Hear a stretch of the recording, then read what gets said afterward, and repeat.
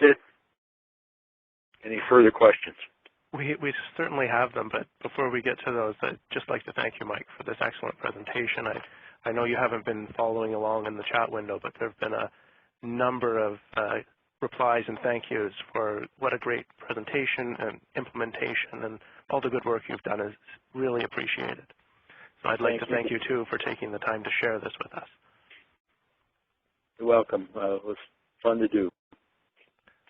So as I said, there's a few questions I'd like to get to, and one has been seconded, so I'll start with that one.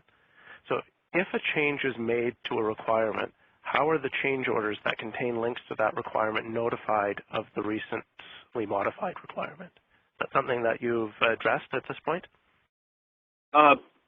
Not specifically. There's various different mechanisms that different tools take advantage of to do that sort of thing, but that's really a tool-specific thing. OSLC itself as a standard doesn't prescribe any way to do what is essentially eventing or publication and subscription kind of mechanisms. There has been some talk of an eventing work group or eventing standard in the OSLC land, but hasn't really taken off yet as far as I know.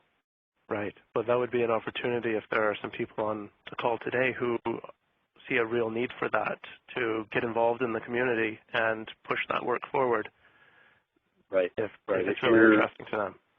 If you're very interested in standardizing that in OSLC, certainly come to an OSLC core work group probably and propose that, or at least look into the OSLC website and find out if there's any background material or other interested parties that you want to get involved with. Right. Thanks. Now, another question was about the size of your team and how long have you been working on these concepts, and how long did it take you to build what we saw today? Well, the team size was 3, of which really only about 1.5. I did the majority of the coding. The other 2 were representatives of the engineering community who were mainly bringing the user focus on this thing and trying to help me understand how users would take advantage of this capability to actually do their work more effectively.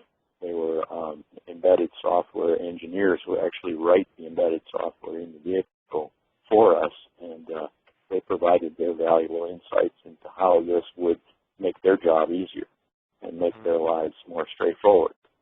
So that was their main focus, and they did a lot of the automated testing development around the automated testing of this connector code. So that being said, we worked on this for about 3 months with about 1.5 persons full-time during that time. Okay. There was some significant amount of work up front, understanding how to just make Eclipse Leo out of the box work, which I wouldn't include in that time. So maybe all told, 6 months ramp-up time, and to get to this stage where you have something that works. And frankly, the majority of that time was spent understanding the Team Center APIs because they're much more complex. Excellent. That's very helpful. And also, as one commenter has mentioned, just knowing the composition of the team is helpful as well. So it's good to know that you had some actual end users providing feedback into the work you were doing. And then the last question we've got is you used the Eclipse Leo reference implementations in order to get yourself started. Maybe they've come about too late, but have you taken a look at the test suites, and have you ever run your implementation against the Leo test suites for the various domains to see how well you've implemented it? No. No, actually, yeah, they came along much later in the game, and frankly, I'm not sure. I probably will go back and make an attempt at that just to see what happens. Mm-hmm. But because the test suites are probably trying to be as complete as they possibly can in testing the entire OSLC capability, I'm sure that there are many things that we didn't implement that would be broken. Right. We'll see. Also, part of what we've done here is extend by adding this whole product resource type to try to add into our implementation. We wanted to prove out some of the concepts we've talked about in the PLM work group.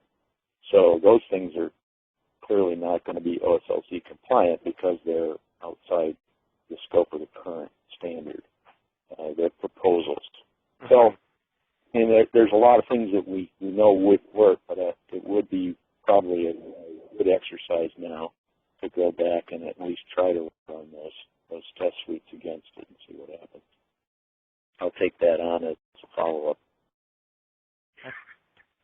Well, that exhausts our list of questions. So thank you again for this excellent presentation.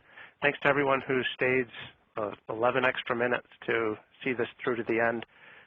Recordings of this will be posted to YouTube. Just some reminders, if you're interested and would like to join the OSLC community, there are benefits to joining, and maybe you want to participate even more. There's a members agreement you can go and sign in the chat. I've pasted in a short link to that. You can also check out and maybe use the upcoming Eclipse Leo release. There's a nice link to that as well in the chat.